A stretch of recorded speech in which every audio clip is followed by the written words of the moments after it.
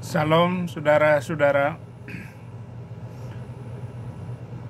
Apa dampak pindah agama bagi Indonesia dan bagi masyarakat Indonesia? Memang besar sekali dampak, karena konversi agama membawa berbagai akibat, baik positif maupun negatif, tergantung pada individu, konteks sosial, budaya, lingkungannya.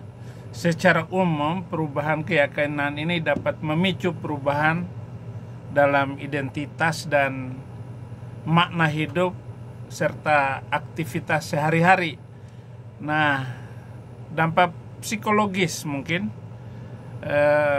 terganggu sekali, apalagi pindah dari Islam ke Kristen. Ini harus dibicarakan oleh suami istri itu, karena individu yang pindah agama mungkin mengalami perubahan dalam identitas sosial, konsep diri, karena agama seringkali menjadi bagian penting dari identitas seseorang. Perlu adaptasi yang mungkin dengan norma, nilai, dan praktek baru yang terkait dengan agama yang baru dipeluk. Nah, ada konflik emosional. Beberapa orang mungkin mengalami konflik emosional atau stres terkait dengan keputusan pindah agama, terutama jika ada tekanan dari keluarga atau masyarakat. Dulu saya sebagai seorang yang sangat dikenal waktu itu di Muslim, apalagi saya memiliki jabatan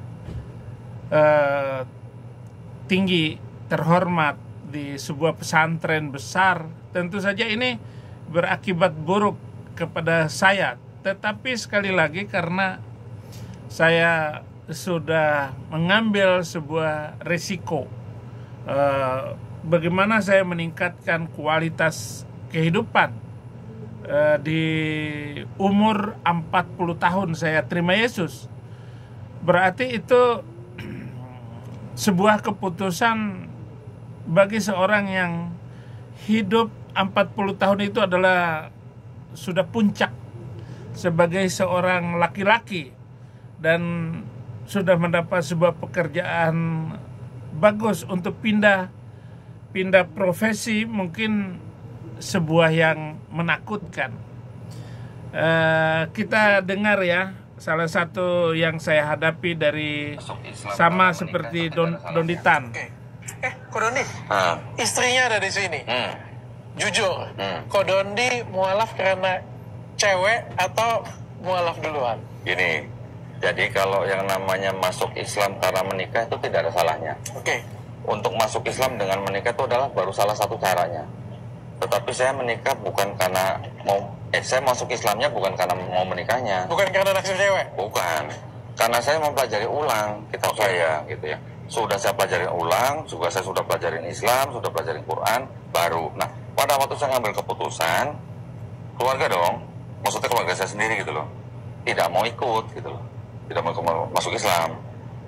Karena karena tidak mau masuk Islam, ya sudah kan, artinya sudah beda keyakinan. Ada memang orang bilang satu keluarga beda keyakinan, oke, setahun 2 tahun coba lihat gitu, ya kita tahu lah. Mungkin ada yang sampai bertahun-tahun, tapi ada juga bubar juga gitu. Lagi pula juga urusan dengan anak kan pasti juga repot. Jadi setelah saya masuk Islam, akhirnya saya ya bisa baik-baik dengan keluarga saya. Lu udah nikah? Udah nikah, udah punya anak, tapi sama-sama non-muslim nih. Terus Ko Dondi dapat hidayah jadi Islam. Istri nggak mau. Oh, terus bercerai. Bisa baik-baik lah. Bisa baik-baik. Oke. Bukan karena mau nikah lagi. Bukan. Karena ini paling... Ya, karena pisah baik-baik. Saya meragukan pernyataan Anda. Setega itukah orang yang dari Kristen masuk Islam? Saya yang dari Islam masuk Kristen saja, saya tidak berani mengambil resiko dengan membubarkan rumah tangga kalau tidak ada masalah rumah tangga Anda? Dan itu sama sekali karena pasti Anda sudah kenal dulu pacar Anda atau istri Anda itu yang sekarang, sehingga Anda selingkuh duluan dengan wanita itu. Saya pastikan itu. Kenapa? Anda dari Kristen masuk Islam, sedangkan saya yang dari Islam saja masuk Kristen tidak mau mengambil resiko apapun. Kenapa saya mengerti Alkitab? Saya juga mengerti sebagai seorang Muslim. Walaupun istri saya dipengaruhi, pisah saja sama suamimu yang kafir itu katanya. Ya nggak bisa dengan begitu. Apalagi sudah punya anak. Kamu sudah punya anak dengan istri Kristenmu itu. Alangkah mengerikan itu sikap kamu itu. Kenapa? Karena Tuhan ini adalah Tuhan yang sejati, Tuhan yang luar biasa, yang mengerti hati perempuan. Kalau Anda mengatakan itu peningkatan kualitas hidup, ya nggak mungkin mengalami peningkatan kualitas yang bagus karena Anda pindah agama, lebih bahagia, damai, atau memiliki tujuan hidup yang lebih jelas. Itu sangat mengerikan. Itu dampak psikologisnya. Tega-teganya Anda meninggalkan istrimu hanya karena menikah dengan perempuan itu. Nah, hubungan dengan keluarga dan teman, pindah agama pun dapat menyebabkan ketegangan atau perpecahan dalam hubungan keluarga, pertemanan, terutama jika keluarga atau teman tidak menerima keputusan tersebut. Bagi saya sudah mengerti apa risikonya, sebab saya sudah menetapkan dasar-dasar yang kuat bagi diri saya bahwa ini karena keyakinan agama saya itu sangat tidak bermoral. Artinya agama dan ajarannya dan orang-orangnya yang tidak punya etika, bahkan sadis dan biadab. Bagaimana dari waktu ke waktu kita melihat dan membaca situasi itu, menonton YouTube, bagaimana itu gereja-gereja dirusak. Dan pada waktu itu ada sebuah STT dihancurin sama massa Muslim. Yang sekarang ini lagi ramai juga itu pernyataan Christina Ginting di Jerman, bahwa mereka Muslim itu adalah bangsa yang tidak mau damai, agama yang tidak pernah berdamai dengan orang-orang lain. Ini saudara, ini Anda tunjukkan benar-benar saudara Donditan, bahwa memang dengan beragama semacam itu Anda telah merusak kehidupan dan keluarga Anda. Bagaimana penerimaan masyarakat? Secara Muslim mereka senang sekali menerima Anda. Sama juga ketika saya masuk Kristen, saya diterima. Bahkan saya mengalami perubahan situasi sosial dan peningkatan hidup, penghormatan, di mana-mana saya diterima karena saya mampu memberikan kontribusi.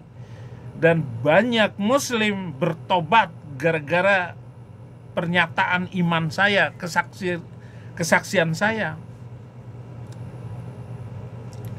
Nah, bagaimana menghadapi tantangan penerimaan sosial, terutama jika agama baru dipeluk berbeda secara signifikan dari agama mayoritas di lingkungan kita semua? Secara kultural kamu sangat diterima, tetapi saya diterima oleh gereja dalam keadaan takut. Dan orang-orang yang bermata sipit juga hati-hati menerima saya. Hamba-hamba Tuhan yang bermata sipit susah untuk memahami dan menerima saya. Apalagi waktu saya masuk Kristen ini adalah diskriminasi yang dilakukan oleh mayoritas, di mana gereja-gereja dirusak, dihancurkan, bahkan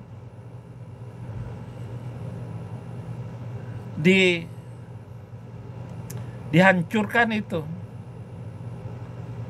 Maaf ya, memang saya harus hati-hati memilih kata-kata sehingga saya perlu memikir ulang kata apa yang tepat begitu. Dan mungkin sebuah kecualian dalam beberapa kasus individu yang berpendidikan agama dapat mengalami diskriminasi atau pengucilan dari masyarakat. Ini dikucilkan ini. Kalau saya sampai saya dilucutin, dan saking saya tidak mau kembali lagi kepada lingkungan saya itu, saya tinggalkan tiga rumah saya tinggalkan. Kendaraan saya tinggalkan. Saya mendapat kendaraan yang baru. Lebih daripada itu adalah dampak peningkatan keimanan, bahwa konversi agama memperkuat keimanan dan spiritualitas seseorang, terutama jika mereka merasa menemukan kebenaran atau makna yang lebih dalam agama baru. Ini dampak, kita berbicara dampak ini. Perubahan gaya hidup ini juga berpengaruh. Pindah agama juga dapat mempengaruhi seseorang, termasuk kebiasaan makan, cara berpakaian, aktivitas sosial. Tapi sekali lagi, hari itu saja, hari pertama 4 Maret 2006, ayah rohani almarhum Bagja Wijaya itu langsung mengajak saya makan sate, BABI, makan dalam nama Yesus. Terus apa dampak hukum? Status perkawinan, bahwa pindah agama salah satu pasangan dapat membatalkan perkawinan. Tetapi ya, kalau saya bagaimanapun saya tidak akan bercerai. Saya tidak akan meninggalkan istri saya dan membuang anak-anak saya. Saya sudah menyatakan itu kepada istri saya. Silakan, kamu tetap Islam. Tapi saya katakan bahwa keputusan untuk menerima Yesus Kristus ini adalah sebuah kebenaran. Kebenaran yang selama ini tertutup. Apalagi hukum waris juga dapat berbeda tergantung pada agama yang dianut. Kalau saya ambil semua harta itu, saya bilang, tetapi karena ini adalah wasiat ayah saya harus memiliki tanah ini dan rumah ini. Ya hanya sekedar nama, ya rumah ya tetap dipakai, tanah-tanah tetap dipakai sama mereka, silakan. Dan penting untuk diingat, keputusan untuk pindah agama adalah hak individu dan harus dihormati. Dan dampak bervariasi antar individu dan situasi. Silakan Anda berani. Seperti Lina di Malaysia, pakai jilbab, tetap pakai jilbab. Gak usah lepas itu jilbab, saya bilang gitu. Karena jilbab itu ada di dalam Injil. Saya pernah menulis artikel di Panji Masyarakat tahun 90-an. 90 2000, 2010, 2000, sudah 30 tahun yang lalu saya menulis jilbab dalam Injil. Nah, tinggal bagaimana konversi proses agama bisa jadi kompleks dan membutuhkan dukungan emosi sosial. Nah, ini dia jahatnya sebuah keyakinan ini, yaitu Muslim. Bahwa pindah agama itu adalah murtadin, dianggap sebagai dosa besar dan dimiliki konsekuensi dunia dan akhirat, seperti yang disebut dalam beberapa ayat Quran. Namun beberapa ulama berpendapat hukuman ngek bagi murtad tidak secara tegas disebut dalam Al-Quran. Nah, itulah hal-hal yang penting untuk difahami, Doditan. Ya, kalau urusan kamu mah enak, pindah dari Kristen ke Islam langsung jadi ustadz, apalagi pintar ngomong. Tapi itulah saudara-saudara, kita tetap menghormati dan keputusan-keputusan ke depan ini, bagaimana negara Indonesia supaya tidak hancur, supaya tidak berantakan.